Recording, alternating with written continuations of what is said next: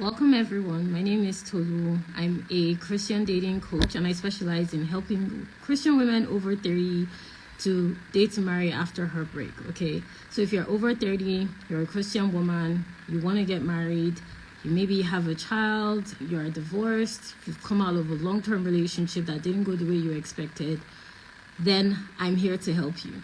So today we're going to be talking about why you shouldn't fall in love with a Christian man. And guys, if you haven't checked my previous post, go and check it out.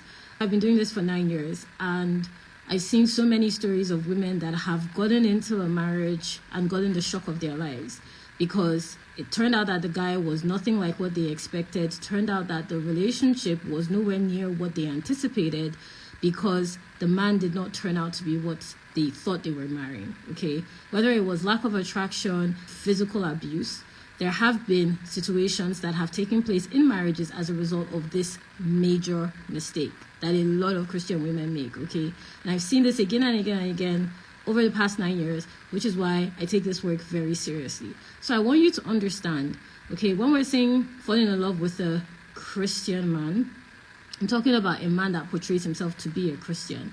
Speaking in tongues doesn't mean he's a Christian man. Serving in church doesn't mean he's a Christian man. Being a part of the pastors, pastors' mentees doesn't mean he's a Christian man. It's very important that you have a clear understanding around what dating to marry as a Christian woman looks like for you. And one of the major mistakes I see women of faith making is stepping into this trap of assumption. Based on what you can see, based on what you can hear, you are not confirming in your spirit, you're not discerning as a result. And that's why with clients, one of the first things we show you how to do in our program is the art of discernment, being able to hear on your own. So I just want to make that clear, okay? Because it's very important that you understand what we mean when we say a Christian man. I'm talking about a man that is presenting himself to be a Christian, a man that is carrying out activities, maybe serving in church, you're doing all the donations, speaking in tongues, worship leader, pastor, whatever, presenting himself in a way that makes you believe that he's a Christian. But in actual fact, in actual reality, he is not a godly man. He's not a man of God. So I was very intentional with my use of the word Christian. He's not a man of faith. He's not a man that knows the Lord. He's not a man that has the conviction of the Holy Spirit. A lot of women make this mistake, okay? A lot of women. And if you've been in this position, maybe you've dated a man, not necessarily married him, but you've fallen in love, you've dated a man, you've been in a long-term relationship with a man that made you think he was something he wasn't, just right. So there's a difference between why I really want to talk about this is I want you to understand what it is, what you're supposed to be looking out for as a woman of faith that desires to get married. Doesn't matter if you're divorced, doesn't matter if you're a single mom, doesn't matter if you've never been in a relationship or you've been in a long-term relationship that came to a halt, that failed, that basically crash landed, this still applies to you, okay? So there's a difference between negotiables and non-negotiables. Okay, you shouldn't be falling in love based on non-negotiables. So what I mean by that is you shouldn't be falling in love with a man just because he has your non-negotiables. So just because he says he's a Christian, a lot of you jump, right? You jump. Yes, he's a Christian. Fantastic. That means that he'll be able to cover me. That means that he'll be a man that I can grow a family with. That means we'll align with spiritual values. You're falling based on your non-negotiables. What should be happening with your non-negotiables is discernment. You should be paying attention to whether it is actually what it presents itself to be. You should be paying attention to whether your spirit, soul, and body is aligning with this person. And I guarantee if you're falling into this trap before, you would have had an inkling in your spirit that there was something off. Whether it was emotionally, there was something that triggered you and you chose to suppress. Physically, there was something you saw that didn't sit well in your spirit. Even spiritually, you would have questioned your own convictions because you're falling based on your non-negotiables. Your non-negotiables are there for discernment, okay? It's kind of like if I want a black car. Just because there's a black car in front of me, I'm not just going to pick it. I'm going to look at the quality of the car. I'm going to look at the make. I'm going to look at where I'm actually getting this car from, if it fits within my price point, how much mileage there is on the car, if it's a used car, and so on and so forth. I'm still going to qualify whether or not this is in actuality what I want, right? So A lot of you are making that mistake. You're seeing a black car, using that analogy and just going for it. You're seeing a Christian man, fantastic. Yes, he's amazing. Yes, he's great. You're ignoring the red flags. You're ignoring the fact that he's emotionally immature. You're ignoring the fact that he hasn't shown you any fruit of the Spirit. You're ignoring the fact that this is a man that you are not physically and sexually attracted to. And we're discussing this with my clients yesterday. It is extremely important. You're ignoring all the obvious facts because you're just relying on that perception that, okay, this is a Christian man, I can go ahead with it. But that's not what should be happening. Okay, you should be discerning with your non-negotiables. Where you should be actually focusing on is where the negotiables are. So what do I mean by that? Like what you're willing to work on with this person. Because I see a lot of women make this mistake. You're falling into that assumptive pattern of thinking, oh, because we went to the same church, because my friend introduced him to me, because he listens to the same minister, he worships the same way, that's my husband. No, you should be discerning based on that fact. You shouldn't be concluding. And I'm seeing a lot of women that are not focusing on their negotiables at all, right? You're making you're making a decision to commit to this person as some, basically for the rest of your life at that point in time anyway, based on a non-negotiable that you're perceiving. You're not discerning. Okay, perception is different from reality. Just because and I'm sure if you've been in this situation, when you get to know the person, they look nothing like what you anticipated. So it's important, okay, that you don't make that mistake. You don't fall into that trap. Because that's not what God desires for you. And you start hearing things that God never said. You start convincing yourself on things the Holy Spirit never convicted you on. So I want you to instead, and let me know if you're with me, say I'm here, drop a fire if this is, drop a fire emoji if this is resonating with you. If you know anyone that will benefit from this, tag them to join this live, because I really want to make sure that you have a clear understanding around how dating as a woman of faith should actually look like. There's this perception, you just hear all sorts of things. Oh, he's a Christian man, marry him. No, I can tell you, I've been doing this for over 9 years. A lot of women fall into this trap. A lot of women. I literally sent out an email. If you're on my email list this morning, I sent it out, and that was the message I got, the message I just shared, from that lady that was so kind to share her experience. So if you haven't read it, go and read it, okay? So it's a common mistake I see a lot of women of faith make. Fantastic. I'm glad you guys are here. So tag your friends, tag anyone that will benefit from watching this. So it's important that you're discerning with your non-negotiables, but focus on your negotiables. A lot of women of faith, we just assume that, because the non-negotiable is assumptively there. In other words, he looks like a Christian man, he sounds like a Christian man, he smells like a Christian man, so he must be a Christian man, right? No. You need to discern, and you need to be looking at this through the eyes of conviction, how the Holy Spirit leads you. And it's important that you are able to discern, in our program, Wife in Waiting, that is the first point of call that we deal with. Your process in qualifying men as a person, not based on your desire for marriage. As a person, what are you doing to qualify men? A lot of you think you're actually doing things you're not. Letting your friends hook you up is not a strategy. Going out is not a strategy. Smiling at men is not a strategy. That is, anybody can do that.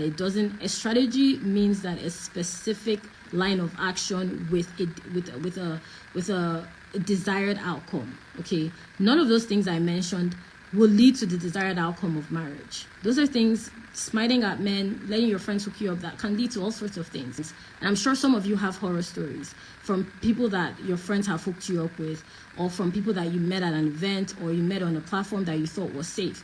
Because it's not about that. It's about how your process is tailored to make sure that you're qualifying men the right way. And this is why it's important that you're not falling in love based on your non-negotiables. Being a man of faith is literally the baseline. Okay, it is not a point of, thank God I found one man of faith. It is not a scarcity. It is not an option. Let me put it that way. So it shouldn't be a point of conclusion. It is not an option. It is literally the starting point, right? In looking at the men you want to marry. It's literally a starting point in being able to qualify whether this is somebody that you want to spend the rest of your life with or not. It is not a point of conclusion. So what I mean by that is, you don't say because he's a Christian man, let me just go through with this. You say because he's a Christian man, let me see if I'm attracted to him. That's my point. Those are two completely different approaches. But a lot of you are applying the former. You're thinking because he serves in church, he does this, he does that, then this is my husband. No. The starting point is what you perceive, and then you start to you qualify that man, you put him through the process of discernment, you vet and qualify to see whether in actual fact it is what he is, who he presents himself to be. Okay, now when I said you should focus on where the negotiables are, what I mean by this is you should start looking at your standards and your boundaries. Now, with the Wife in Waiting program, we put you through this intimately because a lot of women of faith, you just kind of lump standards and boundaries together, and that is making you make messy decisions when it comes to relationships. How many of you have entered relationships thinking that you've put them through the vetting process, you've done the right thing, and it has basically just scattered in your face? You took the time off. You spent 3 years healing, 5 years healing, you went for some courses. What else? You decided that you're not going to meet anybody except it comes to your front door, and it has still ended up scattered. Just say me in the comments, because that's not a strategy. Okay, just say me in the comments, because I know you're there, because it's not a strategy. All you've done, and if you've ever been in any of my lives, or if you work with me, I tell you the truth. All you have effectively done is waste time. Let me put it that way. All you have effectively done is waste time. You haven't. Taking a break doesn't change the problem. Putting them through the same procedure is kind of like if I keep opening the same door. Just because I open it today and I don't open it till next year, doesn't mean the room is going to change. I'm going to have to change location, change the keys, change the room. I'm going to actually have to do some actual work. That is why it is important that you face whatever area that you're dealing with in dating. You face it head on. Waiting is not a strategy. Okay, it is an excuse. So it's important when we say waiting in the faith, and I shared a post on this earlier. When we say waiting in the faith, it's very different from the way I've seen a lot of women apply waiting, because they are waiting based on the flesh, not on the faith. Waiting in the faith requires action. Faith without deeds is dead. One of my favorite scriptures, James 2:26. Faith without deeds is dead. So there needs to be deeds. There needs to be action. Just like the spirit without the body is dead, faith without deeds is dead. So there needs to be action. There needs to be involvement. You need to take some actual steps to see results. So let's move on. Let me know if what I've said is giving you some clarity. So you want to focus on your negotiables. So when I say negotiables, look at your standards and look at your boundaries. Standards, that's where you start. That's literally the baseline. It should be a standard that this is a man that has a relationship with God. It shouldn't be an option. It shouldn't be a point of thank you, Jesus. It should be a fact. Okay, it's not like, oh great, finally I meet somebody that knows Jesus. No, it should be a fact. And standards will let you know where to start from. Boundaries only come after standards. So let me break this down. What do I mean by standards? Standards are basically the baseline of what you look at before you even engage with someone. So, for instance, if you're applying for a job, the standard for that role may be you have 5 years of experience in the corporate field, you have some certification in, tech or business or whatever, and you've worked in that you've managed some people before or something like that. Those are their standards. So if you're a fresh graduate, if you're freshly out of school, you don't meet the baseline. If you've worked in a completely different industry, you don't meet the baseline. So that means there's no point. Okay, you can apply, but you're unlikely to get the position. So it's important that you understand, when you're dating, standards will let you know where to start from. Boundaries only come after standards. Okay, so standards should be based on what you desire. Let me break this down for you guys more practically. It should be based on what you desire spiritually, emotionally, and physically. Okay, that's what your standards should be based on. What you desire spiritually, emotionally, and physically. This means it's just not enough that he's a godly man. That's where it should be starting from. It's important that your standards are not based on your preferences. And how a lot of women that I've seen make this mistake is they assume that, okay, because he's a godly man, then it fits into my preference for the kind of man I want to be with. Or because he's a Christian, it fits into my preference. So how that can play out is you start focusing on things that are surface level and not substantial. You start looking at the fact that he serves in church, the pastor knows him, he comes personally recommended, he's somebody that, is able to share the word, speak in tongues, whatever the case may be. You start focusing on that instead of focusing on the fact that this is something that should be at the baseline at the very beginning. Now, that's the danger of focusing on preferences. Preferences create an illusion and they support perception. So you want to focus on standards instead. You want to be focused on what is the actual reality of the situation? What can you actually tell about this person? And that's why they have to go through the process of meeting what you desire. A lot of you don't know what you desire. You say you want a godly home. What kind of godly home? You say you want a godly marriage. What does that look like for you? You say you want to get married. What are you doing about that? Okay? You say that you want to start a family. Okay, so what practical steps have you done to make that a reality? It's important that you understand that you need to partner with the Lord to make this happen. You need to partner to see results. You need to partner to see actual manifestation. You can't just sit and wait. You can't just sit and pray. You can't just sit and fast. It's not going to create any actual substantial results for you. You have done this. It's not working, right? Just drop a yes if that's true. You've done the prayers. You've done the fast. And we don't play with that. We don't trivialize that, okay? There's definitely a serious space for prayer. And we do that in the Wife in Waiting program. In fact, we have our annual convention coming up. But there is also a space for being practical. A lot of you are just prayerful, but you're not practical. And you need both. You can't sit down and say, I want to eat, and the food will magically end up in your mouth. You need to, say the prayer for it and then get moving. And trust that it will meet you in the way that. But a lot of you are not doing that. You're just sitting down and waiting and starving and getting irritated and getting frustrated when you don't see the results. Meanwhile, you're the reason you're not seeing the results. It's not because it's not your time. That's not true. It's not because there's some bondage somewhere. That's also not true. It's not because you have a soul tie. That's not true. It's just because you're not doing anything about it. You're just not doing anything about it. That's why you're not seeing the results. So it's important that you understand this, okay? Because when we're talking about standards, your desires have to be clear to you.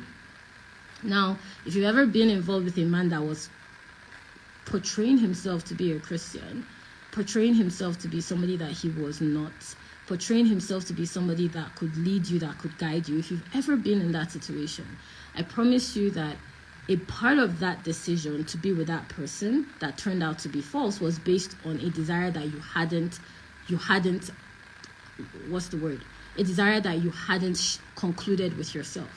What I mean by that is a lot of you just focus on the spirit. You forget what you desire emotionally. You forget what you desire physically and even sexually, to be very honest with you.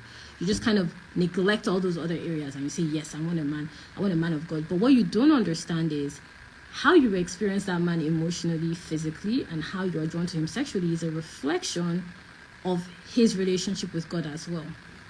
Because how do we experience people? In the flesh, right? We experience them emotionally, we experience them physically. So it's not like you're just engaging with a spirit being. You can't do that. You're engaging with a person emotionally, physically, and spiritually. But because you're just focused on the spiritual elements, you're missing what God is showing you emotionally and physically about the person. That's the irony. And that's why there's a lot of problems around what an actual godly man looks like. You hear things like, there are no godly men anymore, there are no Christian men. There are. But because you're qualifying them the wrong way, you are not seeing them. You're not seeing the ones that are actually living a living embodiment of their relationship with God. And another thing is these men are not perfect. Nobody is perfect. We all have our struggles. I mean, I like to be honest with you guys. Nobody here is perfect. We all have struggles. We all have areas that we're still working on, that the Lord is still working us through.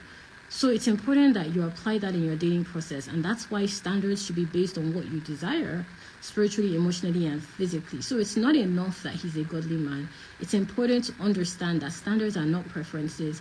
You may prefer him to speak in tongues, but that doesn't mean that the right man for you is going to have that gift when you meet him or ever. But your husband will be a man that has a relationship with God. It's also important to know what your emotional standards are. Okay, fruit of the Spirit, that's the best way to do this. So what I mean by fruit of the Spirit, just go and look at Galatians 5:22-23. An emotional standard could be your desire for that man to be patient, to be joyful, to be long-suffering. But a preference could be that he expresses patience through silence. Just because somebody shouts doesn't mean they're not patient. At that point in time, they may be frustrated, they may have gotten some bad news. It will be an assumption to think that because they just shouted out one time, it's not a pattern that you've noticed that, oh, he's not patient. But that's how a lot of you are qualifying. You're qualifying men the wrong way. You're qualifying men the wrong way. You're putting them through the wrong process. And the irony of this is it's also making it difficult for men to qualify you the right way.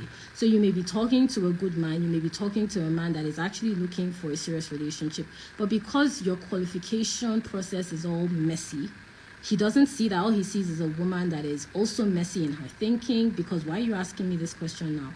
A woman that is not clear about her desires in life, because you have no idea what kind of marriage you desire. You have no idea the kind of relationship you want. All you know is you want to get married. So that's why you keep attracting these emotionally unavailable men, these toxic men, because the way you're processing your relationship patterns is not in alignment with the kind of marriage God has called you to. So it's not even about, oh, there are no men in my area, or there are no men around me that I find attractive, or nobody's approaching me. It's not about any of that. It's the way you are positioning yourself. Okay? Now, boundaries only come in once you've established your standards. Okay, so what do I mean by boundaries? You don't share, if an organization is looking to hire, they don't share the benefits attached for that particular role at the point of your first interview, because at that point it's not relevant. It's not relevant. That information is not relevant at that point. There's no need for them to share that. You may not be the person they hire. You may not even make it to the second round. You may even find that you're in a position where you don't want to work for that company after the interview. So it's not important. But the issue is your boundaries are what you're leading with. So what do I mean by boundaries?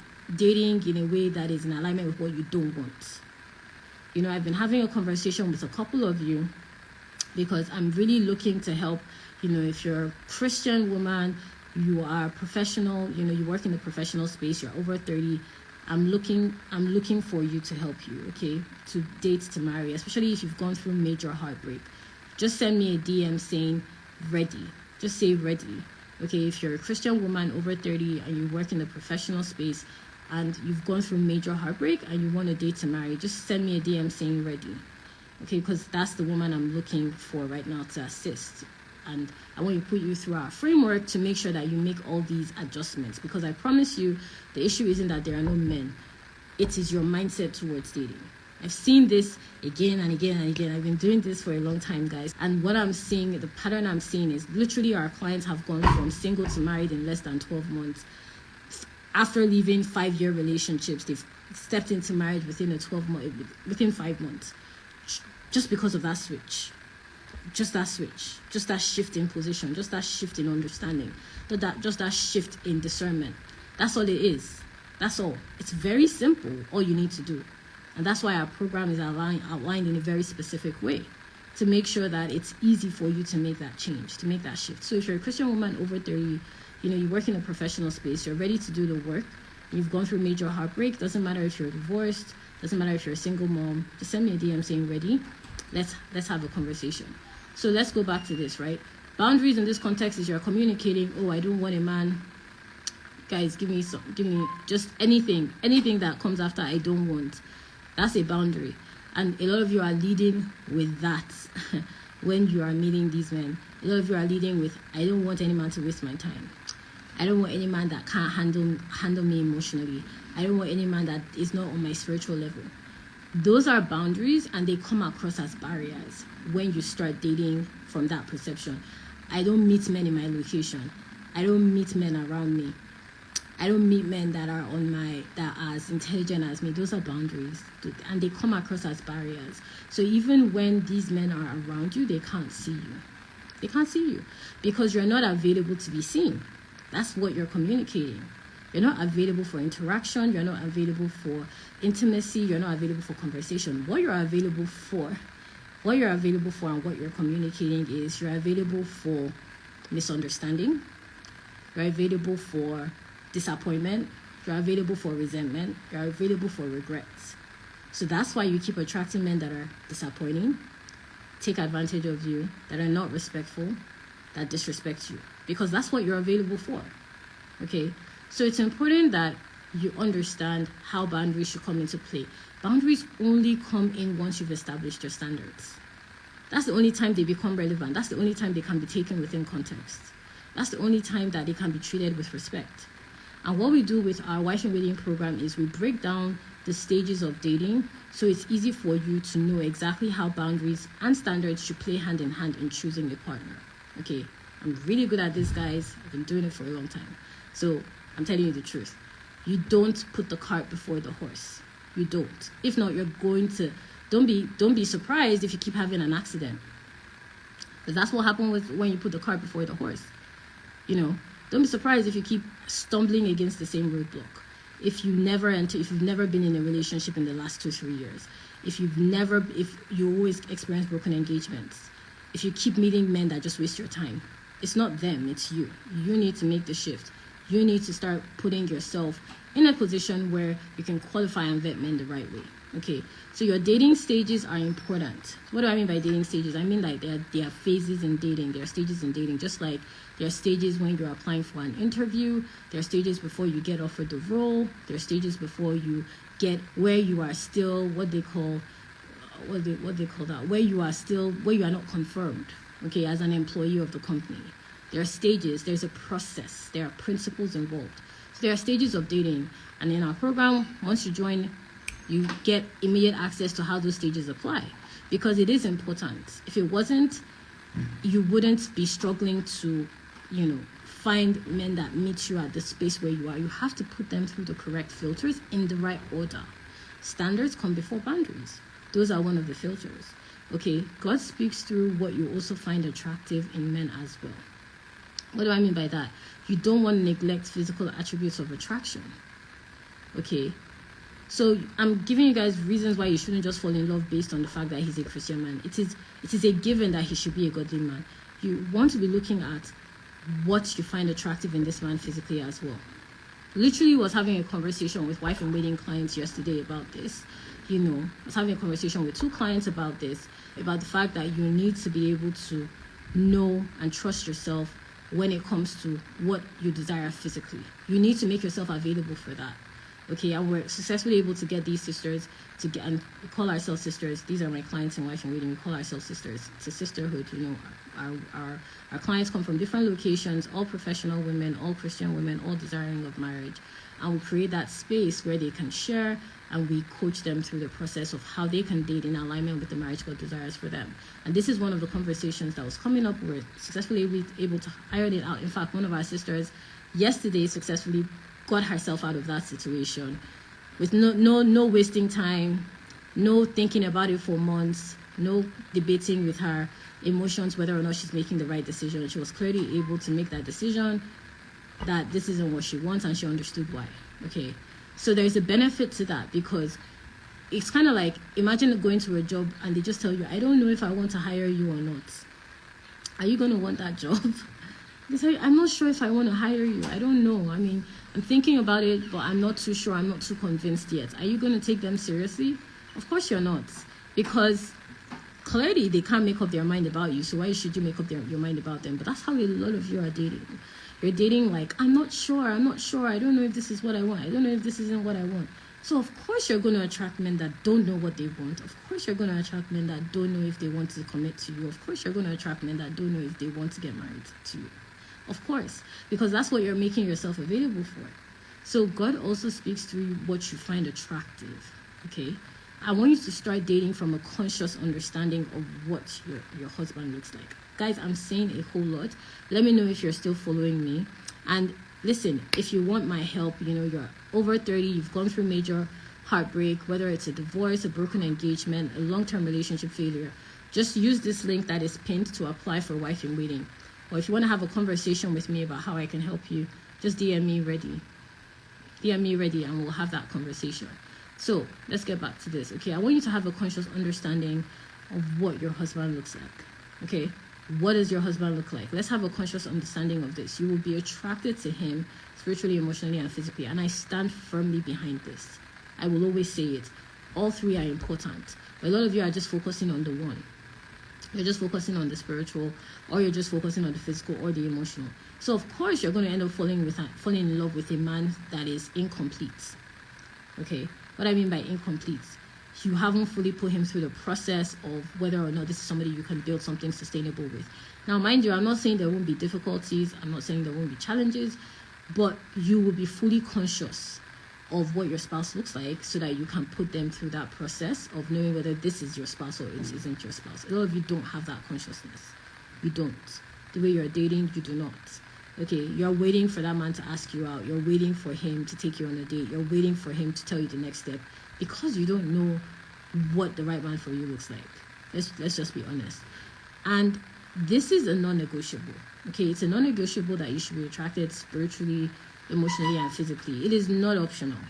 It is not up for debate. It's not up for discussion. But a lot of you are putting it up for debate and discussion. And that's why you're having issues in the dating process. That's why you're falling in love with men that are supposed to be Christian. That's why you find yourself in relationships. And if you've gone through a long-term relationship that has ended in heartbreak, I am sure that whatever caused that heartbreak, you saw it at the initial stages of getting to know that person. Whatever it is, you saw some form of it at the initial stage. You just didn't trust your conviction. Okay, so a common mistake I see Christian women make here is just looking at the spiritual. That's all they look at, and getting in your own way when dating. Just looking at one thing, highlighting it and ignoring all others. Oh, he's a great guy. You know, I'm not attracted to him, but he's really great. I've heard that love can grow. So maybe I should just wait and let this love grow. Why are you sentencing yourself to suffer? Why are you doing that to yourself? I promise you, if you think about it, do you know any couple that was initially attracted to each other, that had a strong level of attraction, that had a strong level of conviction about each other, that has told you love grows with time? They don't say that because that is not their reality. And I was sharing this with my clients yesterday in Wife and Waiting. A lot of you assume that all Christian marriages look the same. So they must have, so because couple A said we didn't fall in love, we weren't in love with each other before marriage, then couple B must also have gone through that. No. Couple B may have been very attracted to each other when they met. So that is not even a point of discussion for them because they didn't compromise there. But couple A did. So that's why they're trying to convince you, yes, it will grow with time. No one knows that. So why would you do that to yourself? You know, I don't like when I hear advice like that because it's wrong. I personally know of couples, you know, in this course of work that have reached out to me that are not happy in their marriages because they were not physically attracted to that person. It didn't grow.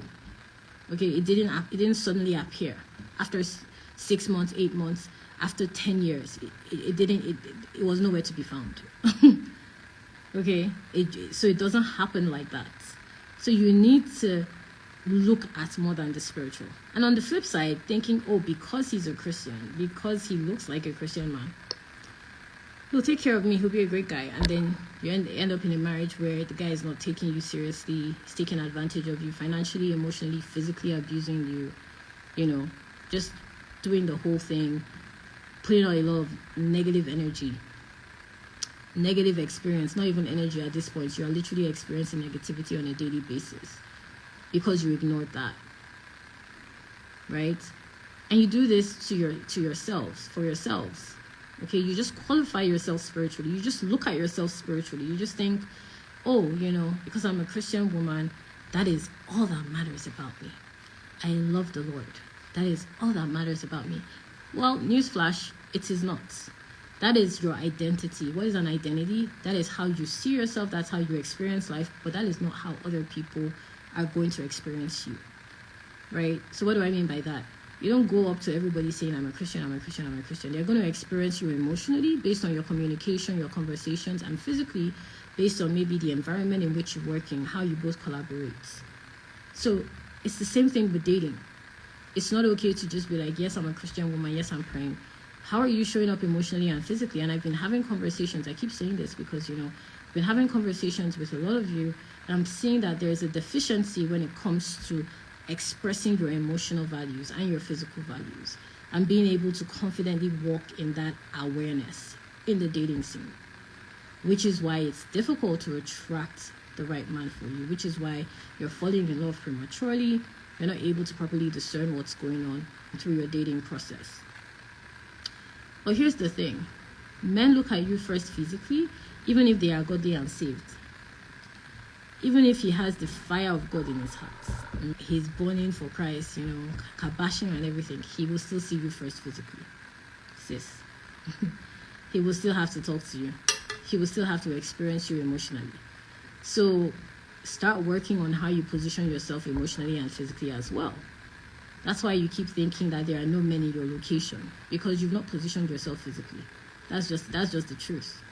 You've just not positioned yourself physically. That's why you keep thinking you are meeting emotionally mature men, because you've not done the work on yourself emotionally. You are also not emotionally mature. That's why you only meet men that align spiritually, because that's the only area you've worked on. That's the only area you've worked on.